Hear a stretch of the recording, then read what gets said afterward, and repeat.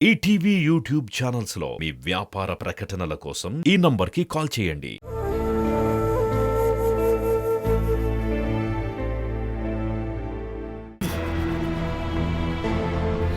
ఆకలి దాహం అన్నీ లేకుండా పోయాయమ్మా. కాసేపు నాకు నిద్రపోవాలనిపిస్తోంది. ఇలా హాయిగా నిద్రపోయి ఎన్నో రోజులైంది. ఆ నరకంలో ఉన్నప్పుడు అనుకుంటూ ఉంటాను, చిన్నప్పుడు నీ ఒడిలో పడుకొని నిద్రపోయినట్టు భద్రతగా హాయిగా నిద్రపోవాలని ఎన్నోసార్లు కోరుకున్నాను.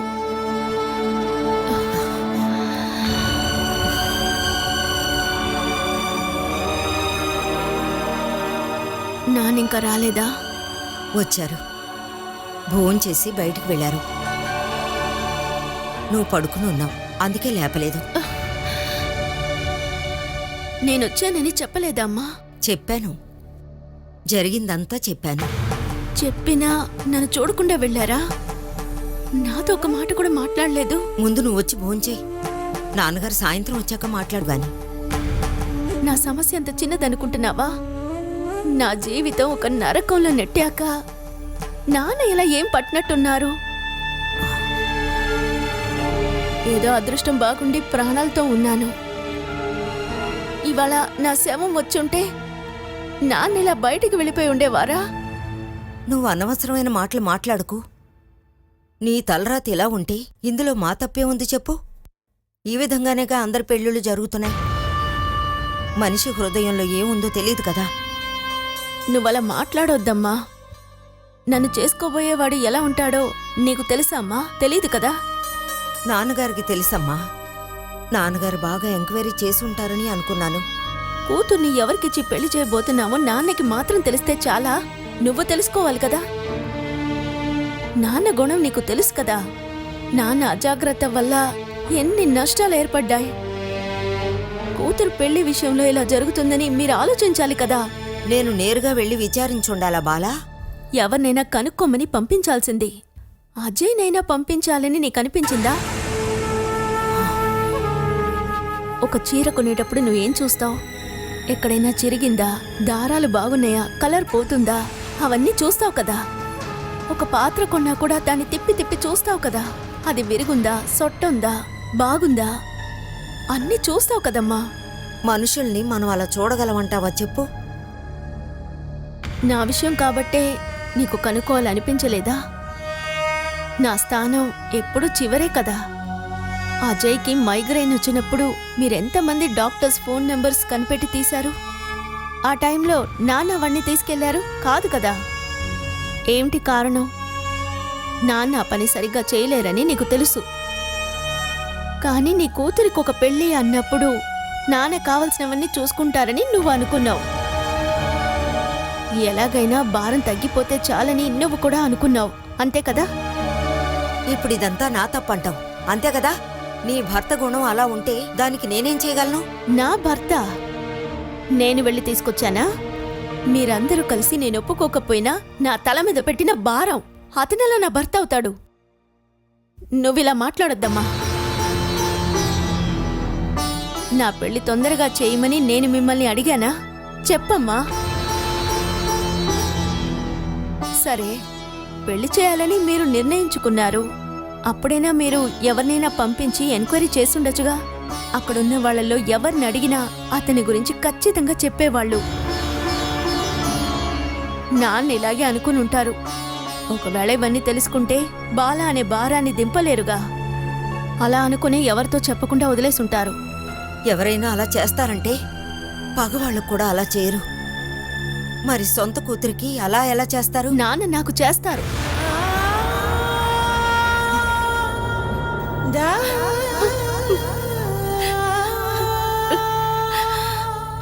నాన్న దృష్టిలో నాకెప్పుడు చివరి చోటే. ఈ ఇంట్లో కొత్తవి ఏది కొన్నా ముందు కొడుకులకి, వాళ్ళు యూజ్ చేసి బాధపడ్డాక నాకు. నాన్న మనసులో ఎలా ఈ వ్యత్యాసం వచ్చింది? నేను ఆయన కూతుర్నేగా. అయినా నువ్వు నాన్ననొక్క మాట అన్నావా? అన్నిటికీ ఒక్క సమాధానమేమ్మా. తల్లిదండ్రులు కూతుర్లని పట్టించుకోకపోవడమే. ఇందుకు తోడుగా నిలవడానికి ఒక స్త్రీ అయినా నీకెలా మనసొచ్చింది? ఇప్పుడు కూడా ఒక అడవి ఏనుగు తొక్కిన తర్వాత సగం ప్రాణంతో ఇంటికొచ్చాను. నా చోట అజయ్ ఉండుంటే ఈ పాటికి ఆ గాయాలకి వేణీళ్లు పెట్టి మందు రాసేదానివి. చిన్నప్పటి నుంచే నేను ఇలాంటి వాటిని అనుభవించిన దాన్నే. నిన్ను నేను అడిగేది ఒక్కటేనమ్మా, నన్ను తిరిగి వెళ్ళమనొద్దు. అజయ్కి ఇంట్లో ఉన్న హక్కే నాకు కూడా ఉంది. నన్ను కాదనొద్దు. నాకు డబ్బు వద్దమ్మా, పిల్లలు కుటుంబం అక్కర్లేదు. హాయిగా రాత్రులు నిద్రపోనిస్తే చాలు.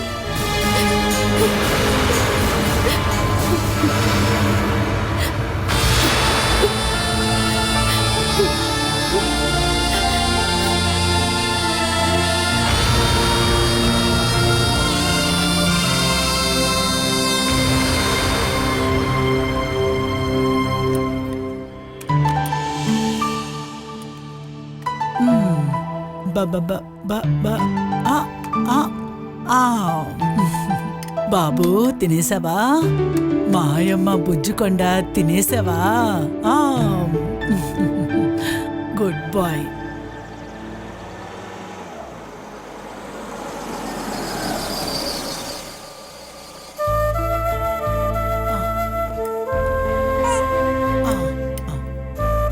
రమణి, రమణి,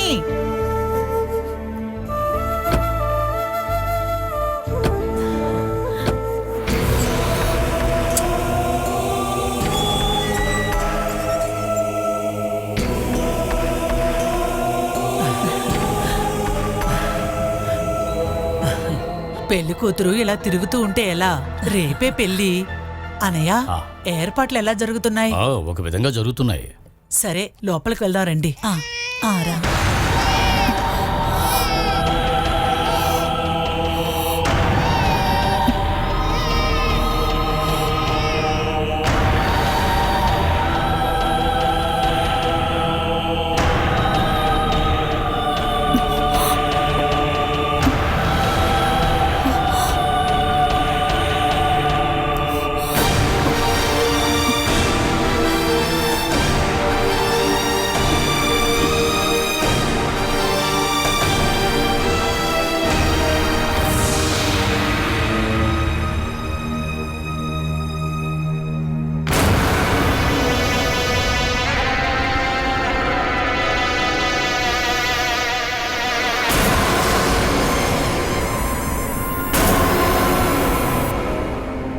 మీరెందుకు అన్నయ్య పెళ్లి ఇక్కడ జరుపుదామని నిర్ణయించుకున్నారు? అది నా నిర్ణయం కాదు. కానీ ఈ పెళ్లికి తను ఎలా ఒప్పుకుందో మీకు తెలుసు కదా. తన ఇష్టానికే మేము నడుచుకోవడం నేర్చుకుంటున్నాం. ఒకే ఒక అమ్మాయి పెళ్లి ఊరందరినీ పిలిచి చాలా ఆర్భాటంగా గొప్పగా చేద్దామని ఆశపడ్డాను. కానీ ఇప్పుడు భయంగా ఉంది.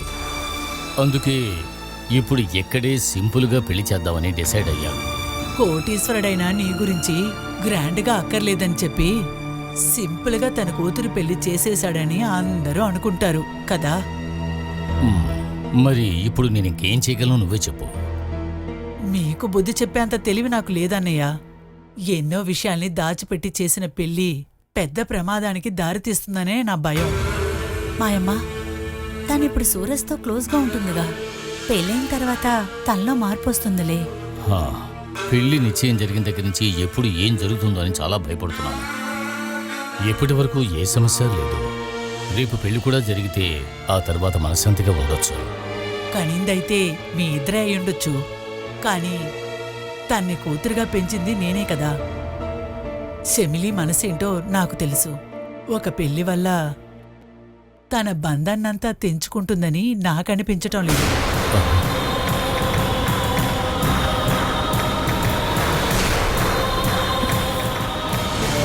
బుజ్జికొండా, ఏం చేస్తున్నావు? కొరకు దొక్కింది పెట్టే. అమ్మ ముద్దుల కొడుకు కదా, ఇలారా.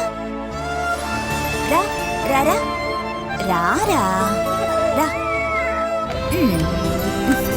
ఏంట్రా బంగారం,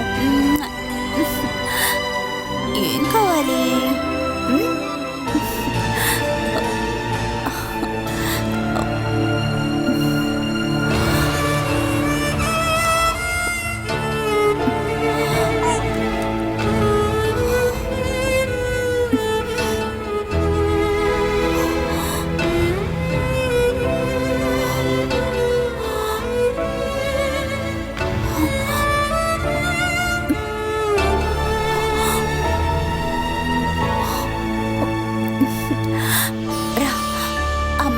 రారా బంగారం, రా రారా బంగారం, ఆది బంగారం, రా ఆది, రారా రా, రమ్మంటున్నానా, రా రా, మనం బటర్ఫ్లైస్ పట్టుకోవడానికి వెళదామా? రా.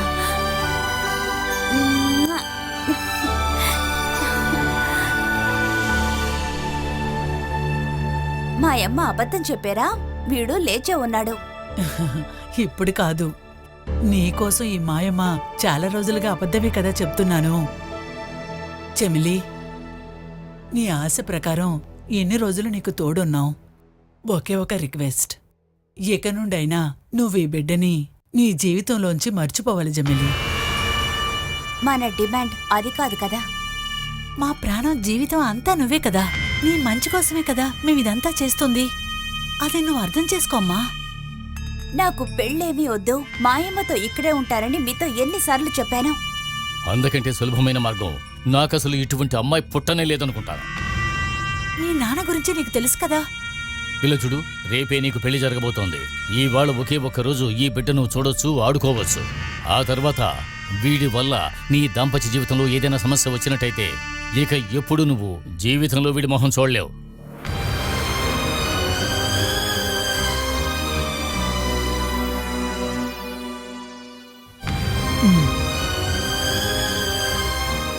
ఇలా చూడమ్మా, నీకోసం నీ అమ్మ నాన్న ఇద్దరూ ఎంతో కష్టపడ్డారు. ఇకపైన నువ్వు వాళ్ళని కష్టపెట్టకూడదు.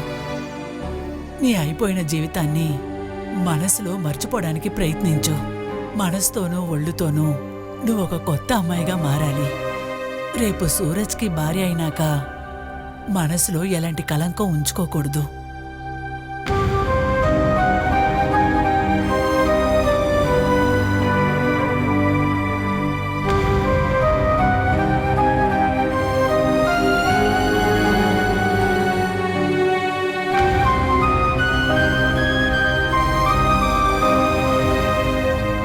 ఇకపోతే మీకు చోటు నచ్చితే చెప్పండి, ధర ఇంకొంచెం తగ్గించి మీ చేత కొనిపిస్తాను.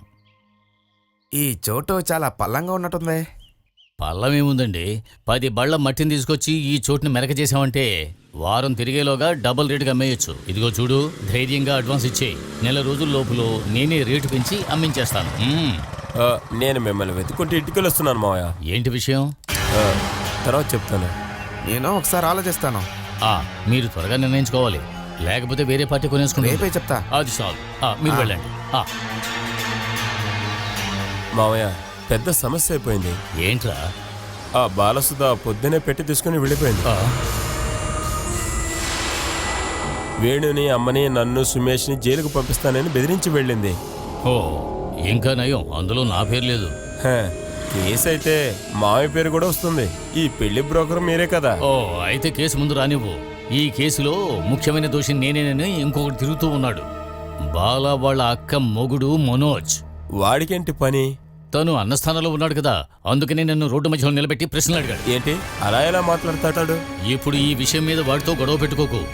ముందు మీరు రాక్షసులుగా ఉండకుండా మనుషులుగా కొంచెం బ్రతకడం నేర్చుకోండి. ఇందులో మేమేం చేయలేదు మావయ్య, వేణువే ప్రాబ్లం. ముందు వాడిని చైన్తో కట్టేయాలరా. అదేంటి మావయ్య, వాడి గురించి ఏం తెలియనట్టు మాట్లాడుతున్నారు? బాగా తెలుసు కాబట్టి మాట్లాడుతున్నాను. మా అక్క చేసే హడావిడి నేను తట్టుకోలేకే నేను వాడికి అమ్మాయిని చూడడానికి ఒప్పుకున్నాను. బంగారం లాంటి అమ్మాయిని చూసి నేను వాడికిచ్చి పెళ్లి చేశాను. అయినా సరే ఆ అమ్మాయి అక్కడ ఉండలేక పారిపోయింది అంటే వాడిని చైన్తో కట్టిపారేయాలి. మావయ్య, జరిగిపోయిన దాని గురించి మాట్లాడుకుంటే ఏం తిరిగి రాదు. మనం ఎలాగైనా తన కనిపెట్టాలి. కావాలంటే నీ కాళ్ళు పట్టుకుంటాను. దయచేసి మీ ముగ్గురు కలిసి నా మనశ్శాంతిని చెడగొట్టకండి. ఇలా మాట్లాడితే ఎలా? మీరే ఈ అమ్మాయిని చూసి పెట్టారు. అందులో ఏదైనా సమస్య వస్తే వాళ్ళని కలపాల్సిన బాధ్యత మీదే కదా మావయ్య. అలాంటి బాధ్యత నాకెందుకురా? నేను వాళ్ళని చాలా పక్కాగా కలిపాను. ఇంకా వేరే ఏదైనా ప్రాబ్లమ్స్ వస్తే అమ్మ కొడుకు కలిసి సరి చేసుకోండి. అలా మాట్లాడద్దు మావయ్య. పెళ్ళైన నెల రోజుల్లోనే కొత్త పెళ్లి కూతురు పెట్టి తీసుకుని వెళ్ళిపోయిందంటే ఊర్లో వాళ్ళు ఏమనుకుంటారు? అలాగా?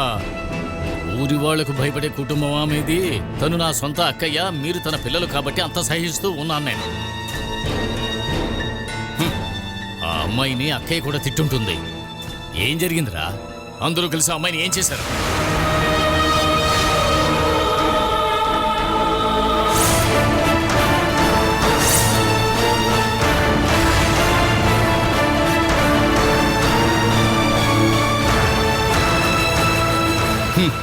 చెయ్యాల్సినంత మీరే చేశారు.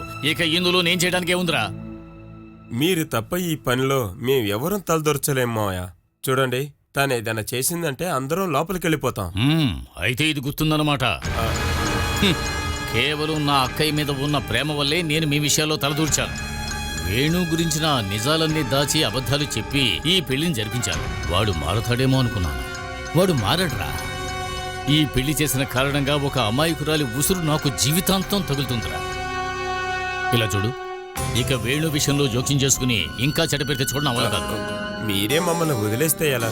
మీ అక్కగారు పోలీస్ స్టేషన్లో చేతికి సంకెళ్ళు వేసుకొని కూర్చుంటే మీరు బాగుంటారా? రండి, వచ్చి బండిలో కూర్చోండి మావయ్య. ఇంటికి వచ్చి అమ్మతో మాట్లాడండి మావయ్య. తర్వాత మీరు ఏ నిర్ణయమైనా తీసుకోండి. రండి. మా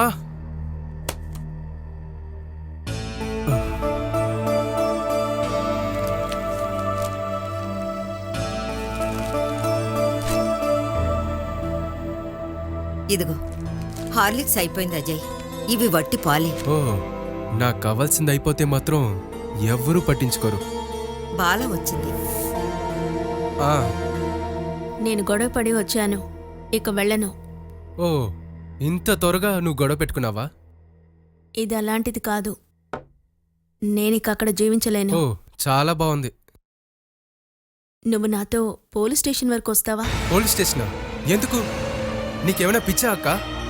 పెళ్లి జరిగి 1 మంత్ కూడా కాలేదు, ఈలోపే గొడవ, బయలుదేరి రావటం, పోలీస్ స్టేషన్.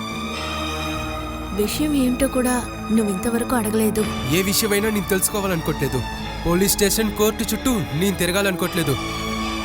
అమ్మా, నేను స్టేషన్కి కంప్లైంట్ ఇవ్వడానికి వెళుతున్నాను. నాతో ఎవరూ రావట్లేదు. నేనెప్పుడూ ఈ ఇంట్లో ఒంటరిదాన్నేగా. పర్వాలేదు, నేనొక్కదాన్నే వెళ్ళినా పోలీసులు కంప్లైంట్ తీసుకోకుండా ఉండరు. నువ్వేమనుకుంటున్నావు బాలా? నాకు జీవించాలని ఆశగా ఉంది, లేకపోతే ఆత్మహత్య చేసుకుని ఉండేదానిగా. నేను చెప్పేది విను బాలా. అసలు మీరు ఏమనుకుంటున్నారక్క? నువ్వు నాతో రా, అప్పుడు అర్థమవుతుంది. పోలీస్ స్టేషన్కి వెళ్ళి ఏం చేయబోతున్నారు? అందరినీ అవమానించడానికా?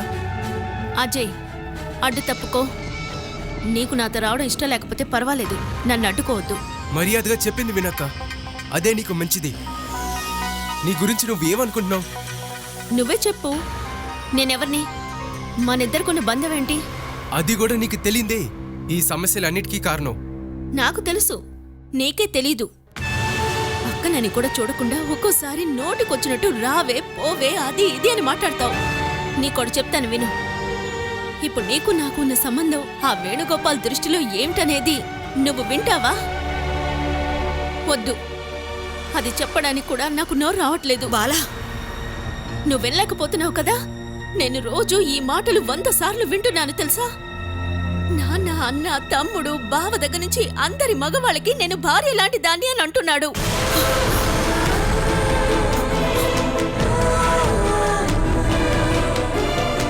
అన్ని రాత్రులు ఈ మాటలు వింటూ పడుకోవాల్సి వస్తోంది.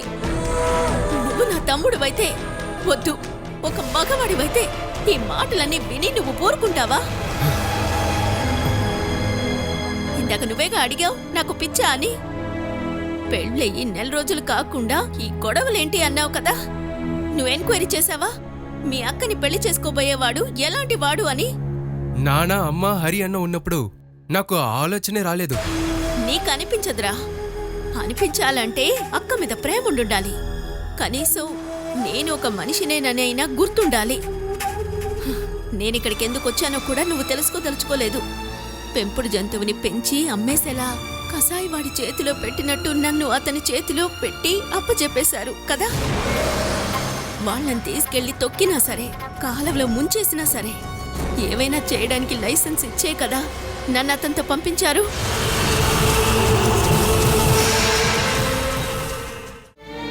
నేను ఒంటరిగా బతకగలను. నేనేదైనా హాస్టల్లో ఉంటాను. ఒక రోగం వస్తే ఏం చేస్తావు? ఏదైనా యాక్సిడెంట్ జరిగి మంచాన పడితే నిన్నెవరు చూస్తారు? అయితే దీనికో పరిష్కారం చెప్పండి నాన్న.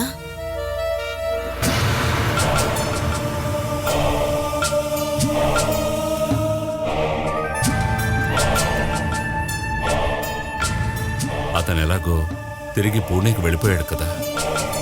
పైగా ఇప్పట్లో రాడనిగా చెప్పావు. వచ్చినప్పుడు అతన్ని అతని ఇంట్లో వాళ్ళని పిలిచి మాట్లాడదాం.